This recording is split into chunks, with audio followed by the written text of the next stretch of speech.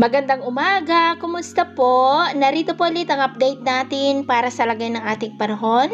Ngayong umaga po ng January 20, 2024 na kung saan sa ngayon ay patuloy pa rin na hangin na mula sa taas o dyan sa northeast o yung tinatawag natin na northeast monsoon o hanging amihan ang umiihip po dito sa ating bansa. At sa ating long range forecast ay wala pa naman pong bagyo na nakikita na tatawid dito po sa ating bansa for the next 5 to 7 days, pero consistent pa rin po na may nakikita na posibleng mabuo sa huling linggo ng buwan na ito at ang development po nitong ating babantayan kung matutuloy po yan o hindi.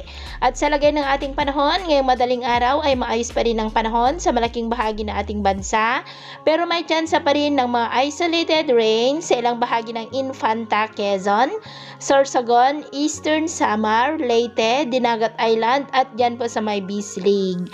At mamaya ay sisikat pa rin ng araw sa malaking bahagi ng ating bansa pero may tsansa pa rin ng maulap na kalangitan with isolated rain sa ilang bahagi ng Quezon, Eastern Samar, Leyte, Surigao del Norte at dyan po sa silangang bahagi ng Surigao del Sur. At mamayang hapon, maayos pa rin ang panahon sa malaking bahagi ng ating bansa pero may tsansa pa rin ng maulap na kalangitan with isolated rain sa ilang bahagi ng Quezon, Camarines Norte, Southern Samar, Leyte, Bohol, Caraga, Davao Region at ilang bahagi po ng Sorsogon. At sa atin naman pong mga baybayin, may kataasan pa rin po ang mga alon sa silangang baybayin ng ating bansa na ang mga alon ay posible po na aabot hanggang sa 2 to 3.5 meters height.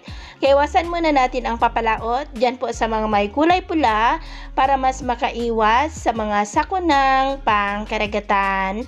So, yun po ang latest update natin sa araw na ito. At ako pumuli si James na nagsasabing sa kahit na pagsubok po na darating sa ating buhay, huwag na huwag po tayong mawawalan ng pag-asa. Thank you and God bless!